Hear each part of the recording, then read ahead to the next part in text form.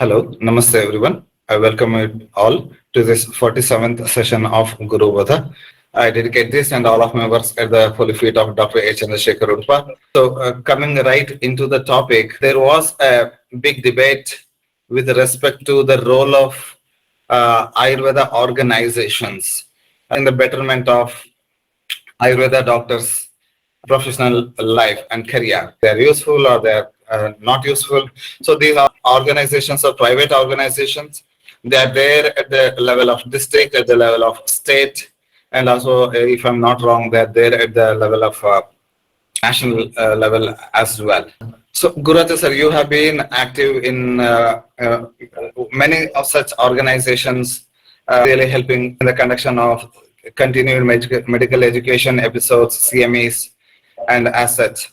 So, can you please introduce the role of these organizations in the professional career of an Ayurveda doctor?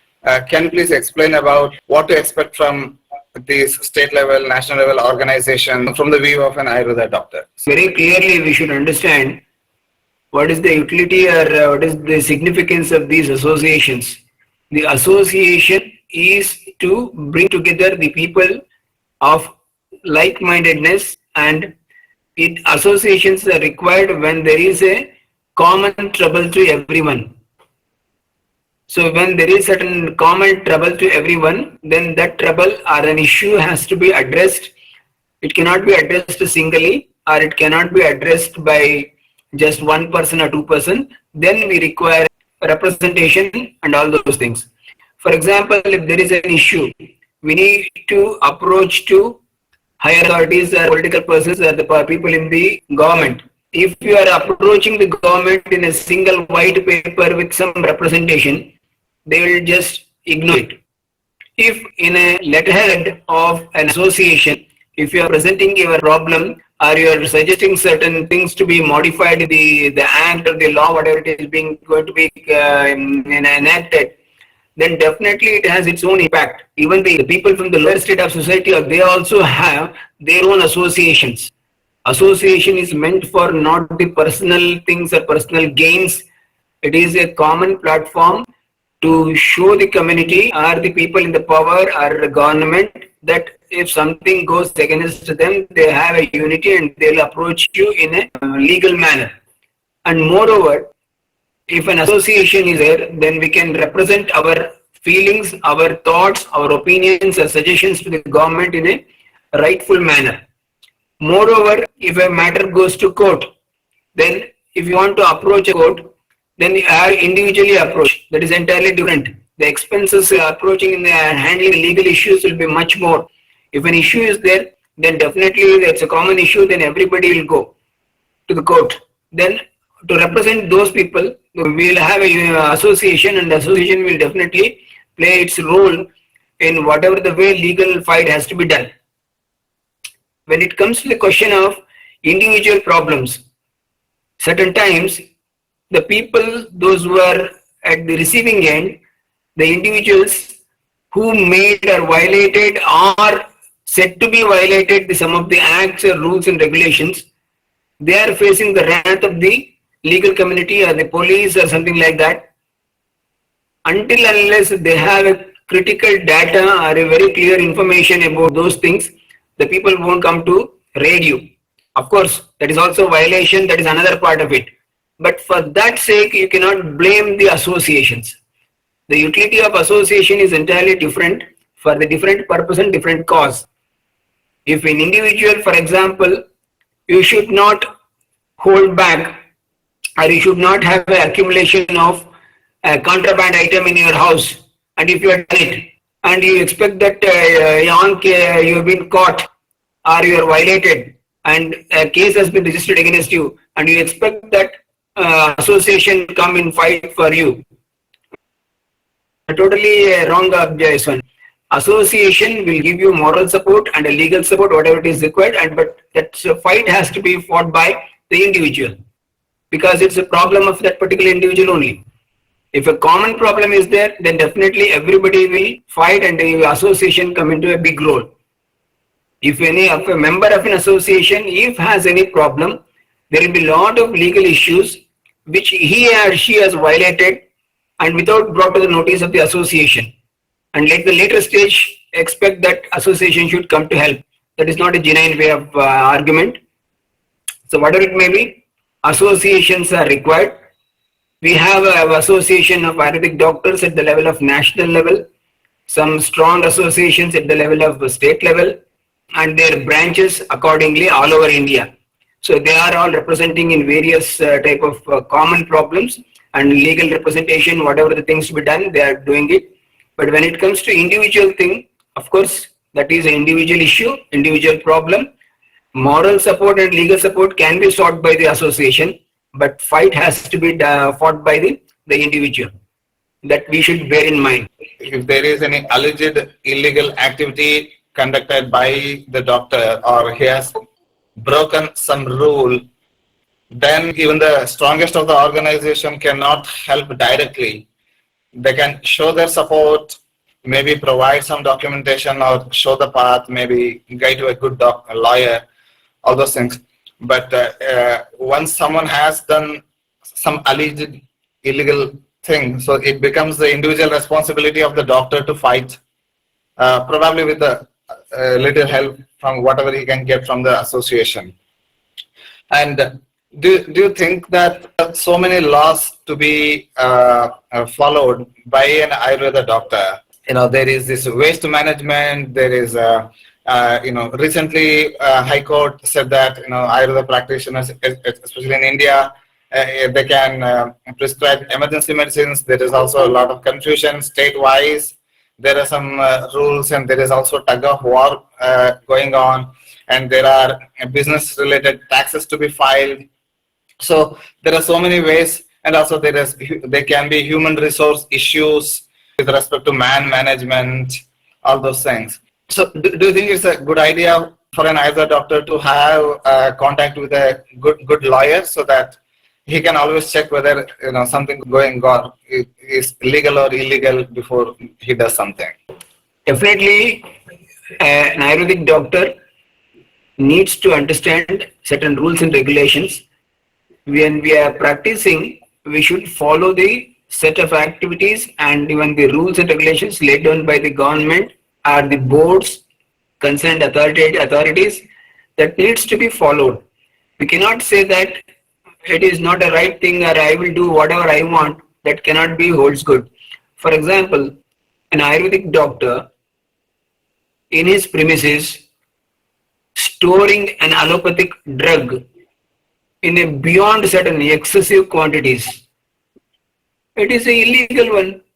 What the law says or act says, even storing an allopathic drug by an allopathic doctor in his premises is also not permitted. When something which is not permitted for an allopathic doctor, how can they expect that it should be allowed or free for an Ayurvedic doctor? So certain these type of violation of the Drugs and Cosmetic Act and certain things are there, then nobody can help, because you have done a mistake. That is also a grave mistake, which should not be done. Or many a times associations give suggestions or gives an ideas that what should be done or what should not be done. Then all those ideas and suggestions will be set aside or kept aside, and simply you followed what the way you want. Then ultimately, when something goes wrong and some raid conducts by you based on any complaint or something like that, then ultimately, if a police complaint taken place and then you come to such an odd situation, and you expect that every association should come and fight for them, that is not a right way of doing things. Of course, associations usually don't leave them. Association definitely follows them, and association definitely genuine ideas, moral support, legal support, and if time requires, even certain level of unimaginable supports can be gathered from because sometimes even political people help, or suggestions or words can also bring the changes. That type of things are also done by the association. Many a times those who complain regarding these association, that in bad time they didn't help them, they were never member of these associations. They never paid the annual fees. They never approached the CMEs or the regular activities of the association. They will not be there in any of the activities of the association.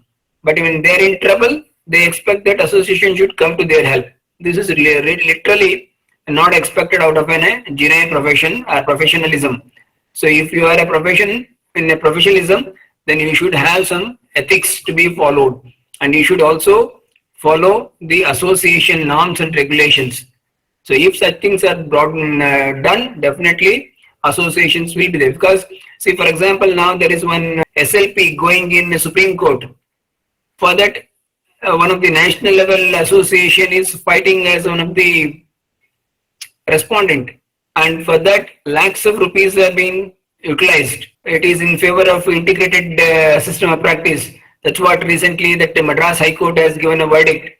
When Ayush college trained practitioner can prescribe allopathic medicines or use allopathic medicines to a certain extent with the advanced based on the teaching and training, but he cannot totally do allopathy practice. It is also very clear cut line that suggestion has come. And of course, it depends on the state rules and regulations. It's not a common throughout the country. Depending upon the state rules and regulations are related with the health practices and certain boards and terms and conditions that needs to be used or it may be followed. Overall, probably the takeaway things are two. One is that a doctor's relationship with an association is always two ways. So one is that he has to be active member, attend CMEs or participate in the association activities, because other members who are there, they are also Ayurveda doctors, they are also busy, but while forming a community, they are trying to help each other and help themselves also. So it is the responsibility of an Ayurveda doctor to be active and pay the annual fees and be active in the organization. Then he can expect some sort of help with respect to support and all those things. And another point is that just because we have done BAMS and we are like Ayurveda practitioner, we are the flag bearers of ancient Samhitas, we are trying all means possible to help our patients with the ancient knowledge of Ayurveda. That doesn't mean that we are not considered as part of the business ecosystem. So we are just a part of business ecosystem, and the legal authorities may not respect us just because we come from a traditional healthcare system. So there is a legal system, there are rules to be followed, so we have to follow rules. So those are the takeaways, sir. Definitely, even many times the people think that it doesn't apply to us or something like that. It is not so. When you are registered under a certain board and certain practices to be followed, we say so many things that authorities to judge who is a very genuine 100% Ayurveda practitioner, who is a mixed practitioner, who is an integrated practitioner, who is a allopathy practitioner. So there are certain problems. That's why they have made some common rule. But even at certain times, even I have certain doubts. How can be somebody who is pure Ayurveda practitioner, but still we have certain set of problems that claiming that we don't generate biomedical waste is also not right thing, because when we are examining a patient for bottom cases, piles and fistula or fissure, something like that, we don't examine the directly without using the gloves. We'll also use gloves while examining. So then after the examination is over, that the gloves becomes a part of the biomedical waste. We use in a wound management some swabs. After the cleaning and all those things, they become a part of biomedical waste. Similarly, in case of paravaginal examination, then also they use gloves. We use douche. We use many other such therapies. Even in Panchakarma, after that, there are certain biomedical waste generated. So it is not right to say that we don't generate biomedical waste. We too generate biomedical waste, but they are in a different manner. For example, we are giving in biomedical, Panchakarma treatment, some disposable items, something for a chest piece. So all these things after the usage, they become a part of the biomedical waste that needs to be disposed in a scientific manner.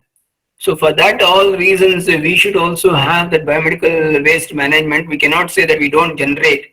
But there are certain people who just simply do nadi pariksha and simply prescribe those things. They can be get exempted based on an affidavit. If they produce an affidavit to the government saying that we are doing in a different manner and we don't produce any biomedical waste, then we should be exempted from these things. That can be undertaken, can be taken, and that can be included, and a provision should be made in the act for these type of entities. Know the rules and follow the rules. If you have any exception, file an affidavit, then things will be taken care. So all in all, it is purely the responsibility of the Ayurveda doctor himself to take care that he pays the taxes, follows the rules with respect to biomedical waste or any other provisions in the practitioners act, the local rules, state level rules, all those things are to be followed. It is a responsibility for us as an Ayurveda doctor to follow. So moving on to the next question. So this was asked in one of the previous classes. Like, what type of exercise would you recommend to improve Agni, but not to vitiate Vata and Pitta dosha? Any type of exercise or Vyayama, we know that it increases Agni, and also to some extent, any type of exercise will also increase Vata and Pitta dosha. But is there any form of exercise or level of exercise that can be done without vitiating or increasing Vata and Pitta? Because in some people, Vata and Pitta might be naturally high. So what is the solution, sir, please? See, simply we cannot say that to improve the Agni. First of all, every situation we need to customize the things. For example, Agni is vitiated. We need to understand and identify Agni is being vitiated by which dosha. Whether the person is suffering from Vishama-Agni, Tikshna-Agni, Manda-Agni, which type of Agni, whether it is a Vata, Pitta, Kapha is influenced. That we need to understand. Then only we can say that. So for example, with this question what they have been framed, based on it accepts that the person wants to increase the Agni, but it should not increase Pitta and Vata. Once again, it is very clear that Pitta and Vata of a person is not same as Pitta and Vata of another person. So there will be difference in their percentages or whatever you call it is in a makeup of a total 100% of the body. So we cannot simply claim that a particular type of Vyayama or something will be increasing the Agni. It is entirely different. T-form pattern we cannot apply. Point number one. The other one is particularly any physical activity. It may be walking, it may be jogging, it may be running, it may be swimming.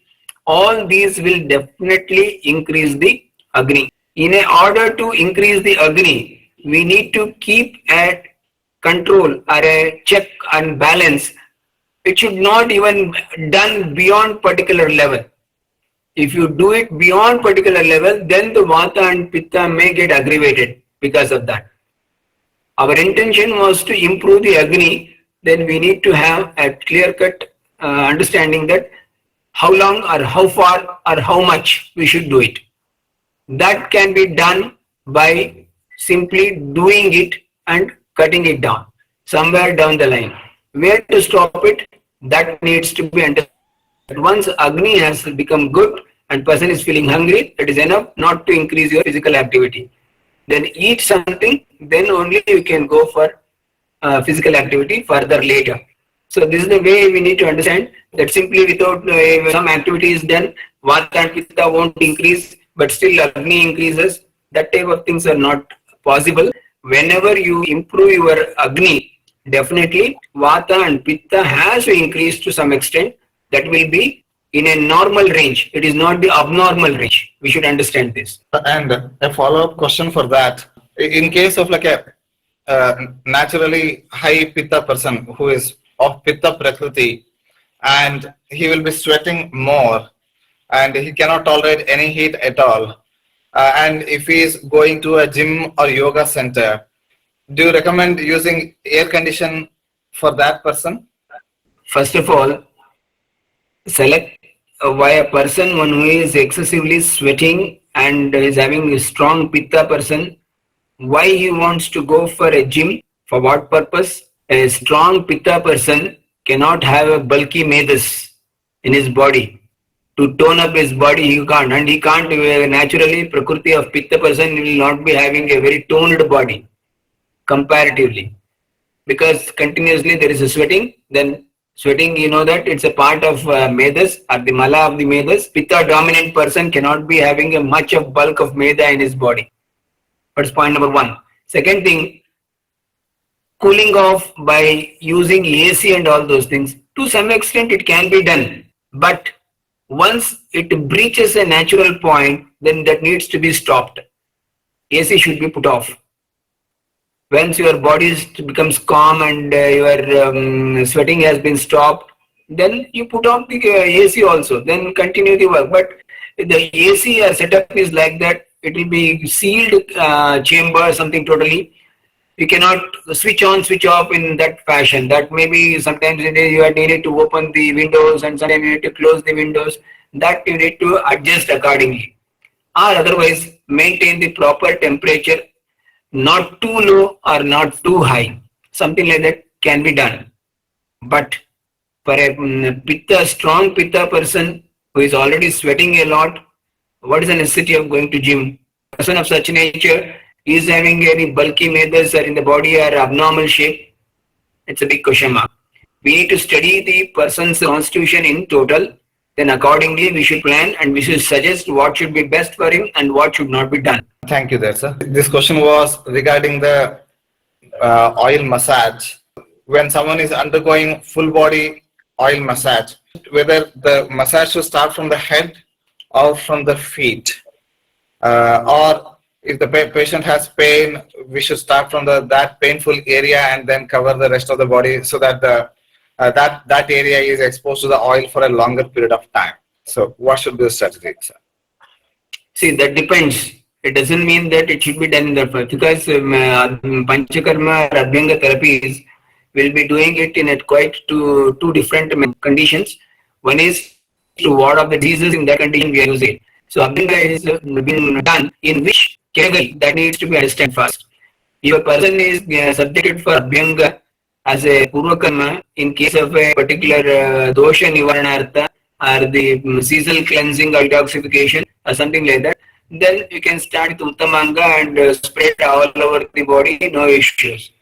If a person is coming there for a particular type of pain area like IDP or maybe knee joint pain or osteoarthritis or Sandhivarta, particular type of things, then definitely we don't want to start it, or we don't need to start from the head. We can start the Abhyanga at the place where it is required more.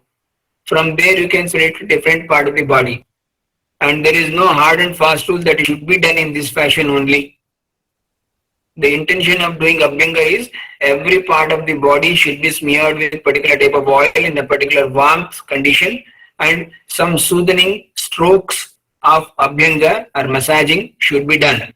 And the area which is having more pain should be subjected for little more extra time with those Vatahara oils. That is the only intention. So the question is that if a patient is taking medicine for hypertension, can he take Triphala? Triphala is such a medicine which is called as Rasayana in nature, and usually it doesn't interfere with many of the medications as such, because they are going very fundamentally, they are very good to the body and they are supporting the body in a pro-metabolic way. If you have any doubt that it may interfere, being in such doubts, then just give a half an hour gap between those two drugs, that Triphala and that particular hypertension drug, nothing will happen. Are there any kind of list of herbs that while we are using, we should be careful about, probably which are say pro-Rakta Pitta or which can potentially cause Rakta Pitta, like Chitraka or Bhallataka, they can probably increase blood pressure, and also there are like Lavana Bhaskara Churna which contains the 5 salts which can potentially increase blood pressure because it contains salt. So do you have any recommendation like list of herbs in which we should be careful? Definitely, what you mentioned is very right, that particularly Chitraka or even the Bhallataka and even to some extent Langali and these type of drugs, we should be very careful in even Kupilu to some extent. Whenever a patient is in hypertensive and is already on drugs, and we need to avoid all those like Hingvastaka, we need to avoid Lavana Bhaskara, even some has kshara churna. So there are so many things which contains lavana and ksharas. That type of things needs to be avoided to some extent, because that may influence the or even harm the efficacy of the other drug. And also probably we should take care when the blood pressure is controlled by an allopathic drug. And for example, we are advising, say, Sarpagandha or Jatamamsi, which can further lower the blood pressure and may potentially cause hypertension as well. Nothing like that, because I have got so many such patients, those who are taking both allopathic as well as Ayurvedic, and they are taking the allopathic drug in the morning, and in the afternoon and the night where they are taking Ayurvedic drugs. Nothing will happen with these combination only. Their blood pressure is under control.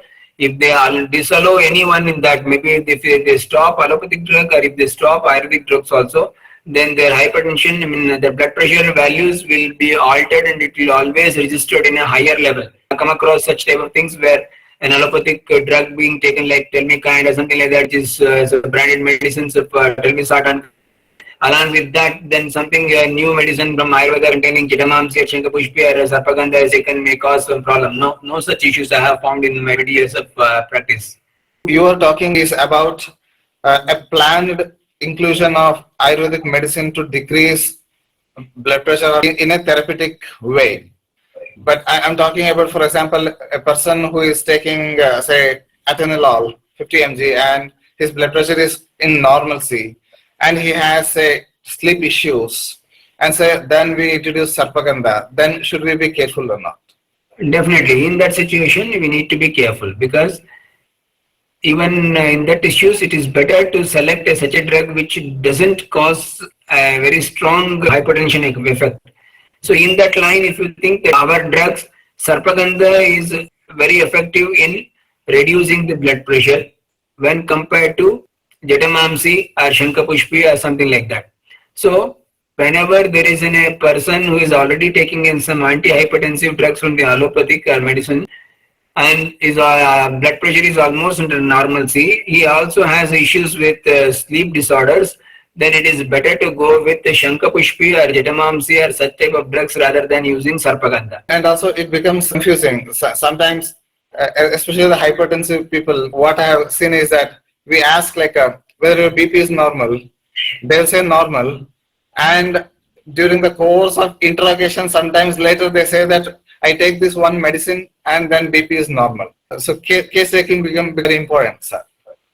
So definitely case taking and dragging the information from the mouth of the patient is very, very important.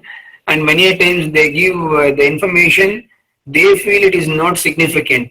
For a doctor, it is very significant. That is the issue.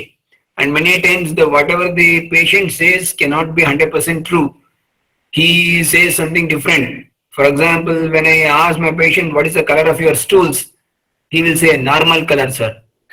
What do you mean by the normal color? Then I ask you, come on, tell me what is the color, some color you should tell. Then he says, it's the same normal green color, sir. So according to him, the normal stool color is green. So we cannot simply accept whatever the patient says, because maybe because of their illiteracy or maybe because of some other issues or maybe so many such type of things. So leave aside, only we need to take wherever particular issues need to be addressed accordingly, then we need to give sub questions and other questioning is required to get the information. Otherwise, they will have a lot of confusing answers and as well as even something wrong answers be felt as a important information. So that we need to be very careful in handling those type of information. So that's why taking a history from a patient is very, very important. And also probably it's good for us to ask for the like allopathic case sheet or allopathic medicine list that they are taking, so that it is very black and white what they are taking and where we are intervening. So definitely, we need to ask every patient that what are the other medication he is taking, and they will give you the list of medications. It is even in my practice, I just take the list and then I will say which need to be taken and which need to be stopped immediately or which should be tapered slowly. All those instructions usually I give, and what are our medication should be taken in what way and how far we should keep apart these two medicines different set of medicines, different kind of medicines. Usually half an hour to 40 minutes separation I usually make, that whenever you take a chemical medicine, within first half an hour it will get disintegrated and gets absorbed into the system. Then afterwards, if you take an Ayurvedic medicine or something like that, it won't come in the contact, or there will be no physical drug-drug interaction. So there's a chance of any drug-related issues will be very, very less. Coming to the question that has come in the comment, like what is your view on the fitness concept of training according to you between gym and yoga? Which is the most appropriate way people should follow? Ayurveda says Ardha Shakti Vyayama, whereas nowadays techniques like cardio, push-ups are where people tend to go beyond their physical capacities in order to achieve their ideal body figures. Like if someone is taking a particular supplement, or say he's using Masha, for example, or Mamsarasa, or such other things, in particularly to improve his muscle bulk, can he exercise beyond the Ardha Shakti or half strength? So, see, first of all, we need to understand the difference between gym, cardio push-ups and all these things with that of yoga. Just go back and observe in the history or news cuttings anywhere that have you heard any time that a person XYZ was doing his yoga and he collapsed and died? Nowhere. But we have seen so many cases doing in gym push-ups and workouts and later collapsed. So you just based on that assess yourself which is safer to the body, where we need to put an end to the physical exertion. So we should be very careful. A gym may make your body somewhat beautiful or attractive or something bulky or something like that, but it has its own negative effects also. There will be certain reflexes as well as certain movements will be restricting once you do it, prone for the gym and you make a body bulk in such a way. And other way, one who has regularly practicing yoga has a much more flexibility than the person who is going to yoga. And moreover, we never heard that a person who is regularly doing yoga collapsed somewhere while doing yoga or died due to the wrongdoings of the yoga. But we have seen and we have heard, even latest examples are also there. Those who are doing excessive cardiac activities and push-ups and workups and weight lifts and all those things, they injured themselves, and even sometimes the death has become a very part of that gym process. So that's why it is better to understand the concept of gym as well as concept of regular healthy body by using or doing yoga. So that's the reason we need to go for what the concept of Ayurveda says, Vyayamo Ardha Shakti. Once there is a Ardha Shakti of a person is lost and feeling sort of tired, stop the things. Don't do further. especially in this post-COVID world, sportsman, someone was playing badminton and he collapsed. And there are like many instances where football players collapsed and almost died. This incidence has become so very rapid that there's a new term coined by US FDA or WHO that is called like sudden death syndrome in adolescents. Considering all these things, yoga looks like a better bet. So. Definitely, yoga has got, it has got some slowness in its activity or movements, and it has got more flexibility and more breathing activity.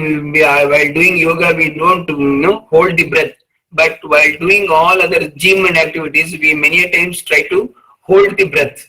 So when holding the breath and doing the things may definitely cause a problem. That's why I don't favor that you go for a gym and do it. You can do gym, but to a little extent. It should not be made as a primary one to shape up your body.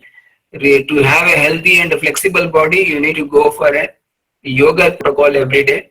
That will be good for you. Thank you, sir. And there's another question. Probably we have already answered this. According sir, can Ayurveda doctors prescribe vitamin supplements like vitamin D, B12, etc. after doing investigation? The question is like from the legal angle. Your thoughts on this, sir? Prescribing supplements like vitamin D and B and C and all these things, technically there are certain set of drugs and cosmetic rules and which are different from place to place and country to country. But when in India we get all medicines, even the prescribed medicines are also sold at the counter or a medical counter, even without a prescription. I don't think so. There should not be any issue. And if you are prescribing in a proper manner with a proper dosage, I don't think so. There should not be any legal consequence or problem, particularly with respect to vitamin B12 or D or C, something like that, or supplements. Moving on to the next topic, the question is like, I'm curious to know how everyone here is following the path of Swastasya Swasya Rakshanam. What is the Ayurveda take on what regimen, herbs, formulations that can be taken on a daily basis to avoid diseases, deficiencies, pain, and age gracefully? In this part, the regimen part is like very clear. All major samhitas, especially Ashtanga Hridaya, Ashtanga Sangraha, and Charak Samhita describe the Swasthavruta healthy daily regimen in the Sutrasthana itself. Starting from Abhyanga to Vyayama to Snana, Dhumapana, Nasya, all Anjana, all those things are pretty much laid out. So coming to the herbs and formulations that can be taken on a daily basis to avoid, so which can be taken on a daily basis and which should not be taken on a daily basis. I got this list from Ashtanga Hridaya, probably 8th chapter. So he clearly explains that food that can be consumed and cannot be consumed in a day. There are certain foods which cannot be consumed daily, and there are foods that can be consumed daily. Guru, can you please go through the list and break it down for us, sir? Definitely, Kilata is a dairy preparation, food stuff based from manufacturing, like something like that, paneer or cheese, something like that, which can be from the dairy, and it cannot be continuously or daily. It should not be consumed. If daily we are consuming it, then definitely it is going to cause a lot of issues. Similarly, the dikurcha, the solid part of the curds, and of course the curds should not be taken in night time, and so many such restrictions are already laid down in the text. Then ksharas and alkalis, if you continuously take, then it will end up in shandatva and napumsakata. There are so many issues. And even Vali Palita will form. So many issues have been explained. Then similarly, the fermented gruels, you cannot daily consume a fermented gruel. And of course, mulaka, uncooked radish consuming daily may also leads to issues. Then particularly those emaciated animals, meat, are consuming something like that. So such things are there. Of course, we are living presently in a different world where we can't understand from which animal the meat is being taken out and how it was, whether it is a krisha animal or emaciated, or if it is a hefty or bulky animal. And so many things are there that before the animal is being slaughtered, something is fed to that animal, and even some vitamins and some even steroids are fed to the animal to increase the bulk of the muscle and so many things. So anyhow, these things are related to the olden times that acharyas have said these are the things to be avoided, and it should not be consumed daily. The dry meat or which is called as dried non-vegetarian or the part of it. Of course, nowadays even dried non-vegetarian materials are also available, bagged, and dried fish or something like that you can get it. So there are so many things which should not be consumed on a daily basis. That should be kept in mind, and that's only the list as a Disha Nirdesha given by our acharyas. Plenty of more things can be added to that with present situations. I put on the next slide in which it shows like meat of boar, sheep, cow, fish, and buffalo are also not to be taken. Can you please see that, sir? See, consuming daily the non-vegetarian diet or the Guru Ahara, one has to have at least a very good quality of Agni. Otherwise, it will be very, very difficult to digest. And when the things will not be digested properly, it leads to ama. And ama is that, then definitely leads to dosic vitiation and results in diseases. That's the reason we should not consume all these things on a daily basis. Once in a while, it's okay. Similarly, the masha or the black gram, those who consume daily idli and daily dosa or something like that are made out of that black gram, urad dal or something like that daily on a basis, definitely end up in lot of allergic related manifestation, including the skin conditions. Similarly, so many people consume, particularly they consume lot of rhizomes of lotus, brunala, or bisa. Of course, it is available in particular season, they consume it, but it should not be consumed on a daily basis. And of course, very clearly it is said, the virudhanya, it is germinated seeds or grains, it should not be consumed. That's the reason very clearly we say we avoid in patients. Particularly this, they will ask, sir, can I soak this and get germinated grains can be taken? I clearly suggest them not to consume. We can soak the material like Vidar Dhanyas or the Shimbi Dhanyas, what you call it as a dicotyledons. But there is a plenty of things you can soak it, but before they get germinated, you can use them. And similarly, the variety of barley or yavaka they call it as, that should not be consumed on a daily basis. So similarly, they're related to the yavaka, that is what presently everybody is started using, that siridhanya and all those things. They also fall under these area of yavaka and all these things. Particularly those type of millets, even though they are good to the body, it is good only those who are having prameha, those who are having bulky body, or medasvi, or excessive fat in them, they should consume it, not a ruksha, emaciated, or one who is a krisha, karshita. Such type of people should not consume these things. If you consume these things, it will increase the vata inside the body and more pain and more stiffness and rigidity and everything will start. So we need to avoid these things. That's the reason very clearly acharyas have listed all those things, which some of them are very dominantly increase the pitta, some of them very dominantly increase the kapha, some of them very prominently increase the vata.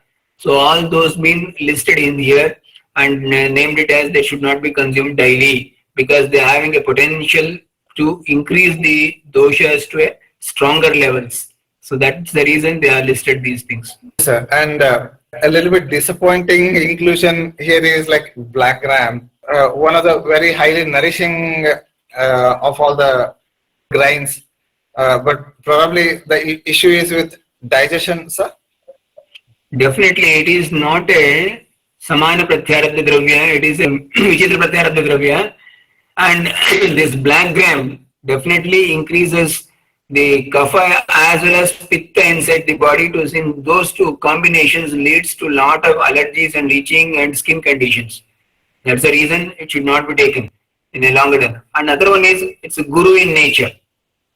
So when any dravya guru in nature, if it is continuously used, definitely it is going to cause problem on Agni. But one combination what they've done is idli, which is cooked in a very vapors, and it has become lagu after cooking. That can be taken to some, but not the dosa. This is in from Ashtanga Hridaya Sutasana 8th chapter itself. So he goes on to explain about those things which can be consumed on a daily basis. So please.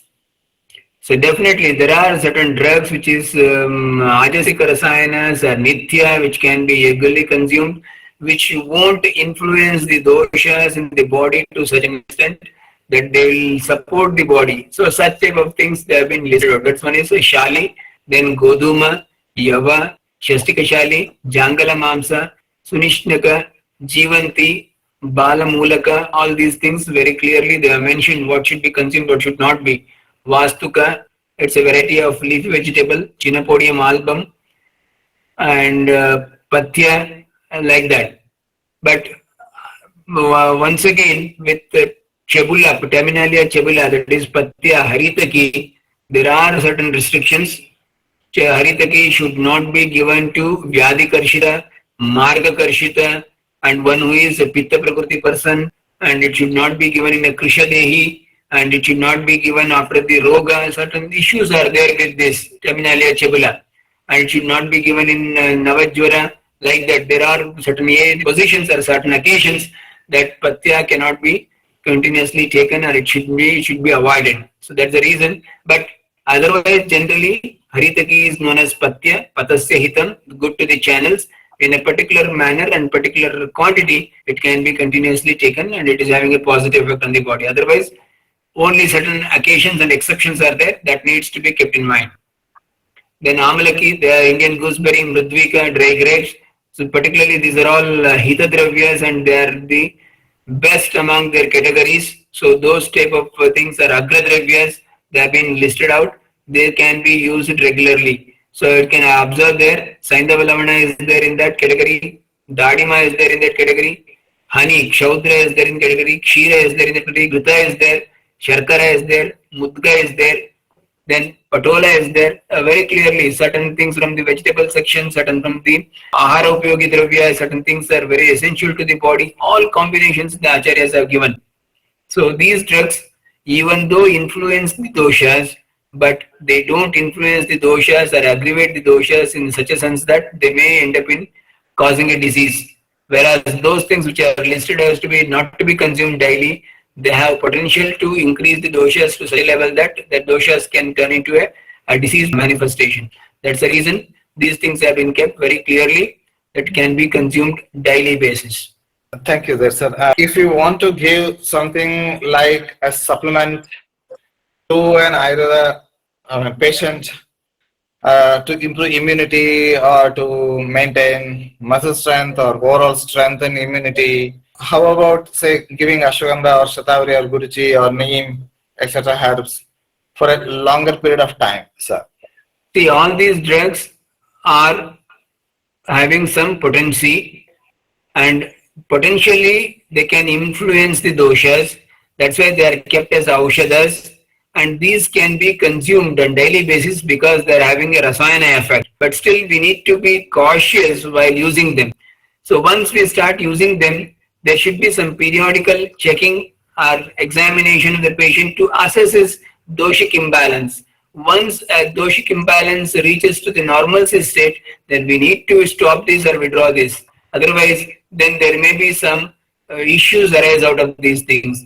So these drugs cannot be consumed on a daily basis throughout the life. It is not possible and it is not the correct way of doing it.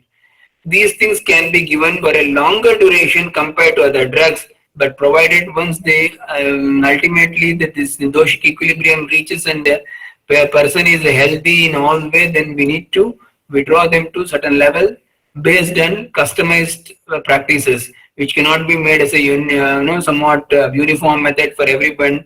That simply go on using Guruchi for a longer duration, nothing will happen. It's not like that. Guruchi can be used for a longer duration, maybe 1 year, 6 months, something like that.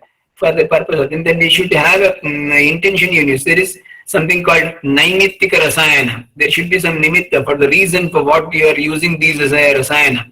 So based on that, we need to select a drug which is suitable to the condition. For example, black pepper. It's very good. If you go on eat black pepper daily basis, what will happen? After 10 days, you will have blisters in your mouth. Pitta will get aggravated to such an extent. Even with the cinnamon, you cannot consume daily in such manner. It should be in that limited dosages and it should be for that limited period. But compared to other drugs, these drugs can be extendedly used for comparatively longer period. But it cannot be said that it can be used daily for a longer duration, means maybe 1 year, 2 year, 3 years. No, that is not the thing. Individually, you need to describe, individually we need to cut down or withdraw the drugs depending upon the condition. One of the issues of giving, for example, Guruchi or Ashwagandha, etc. for a longer period of time is that patient also becomes kind of mentally dependent on those things. And when in further he gets any disease and we want to cut down on these, then his mental dependence itself will cause some problems like withdrawal symptoms, though the herb itself is safer. That is entirely different issue, where we know that what are the drugs which are having the capacity to cause a drug dependency. When it comes to Ashwagandha, Shatavari, Guruchi or Nimba, all these things, we don't find them under this category and they don't fall under the category of they cause a drug dependency. If the withdrawal things are there, there will be some withdrawal symptoms. No such things with this. It's only an individual feeling that something was there when I was taking it till yesterday. Suddenly from today I have stopped it and where I am feeling that I am losing something. So it is only a person's feeling. In those situations, better that once you feel that patient doesn't require these things, you can shift on to the other drugs, other suitable rasayanas. For example, when a patient you feel that he may develop some type of depression or some anxiety after once you stop these things, start complaining that there will be some sort of feeling of weakness and all those things, then he needs something called placebo effect later on. Then you just another way of supporting is Medya Rasayana concept. You give Shankapushpi, you give Brahmi, you explain them this is very good for your brain and I'm giving this one. Then automatically his concentration from the Ashwagandha will be shifted on to Brahmi and he'll be quite normal. Using herbs in a rotation manner is also a strategy there.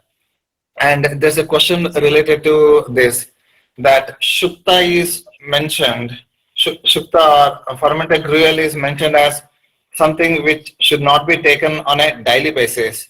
But I see fermented gruels in the not to be taken on a daily basis list.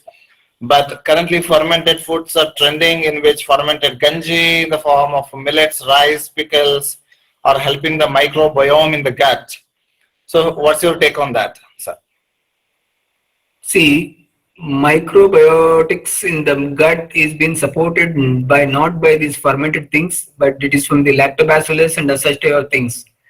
Fermented things are good to some extent, but if you go on consuming daily basis, then there will be a problem that will going to cause pitta vardhaka in the body and lakshanas of pitta and kapha involving and allergic reactions, skin manifestations, various joint disorders may start up. So we should be cautious in that it should be consumed to such a level that it should not increase the pitta to a boundary or push the pitta to such a boundary that it manifests into a disease. It should not be done. So that concludes the topics that we had listed, and we have already sat for 1 hour. So thank you all the participants for your interesting questions. If you have any further doubts on this, you can email me or send those questions to me. I will line up for the further Gurubodha session. So thank you all. And on behalf of all the students, big thank you for Gururaja sir. Thank you, sir. Thank you one and all for your participation as well as patient listening. Thank you once again. So see you all in the next session. Namaste.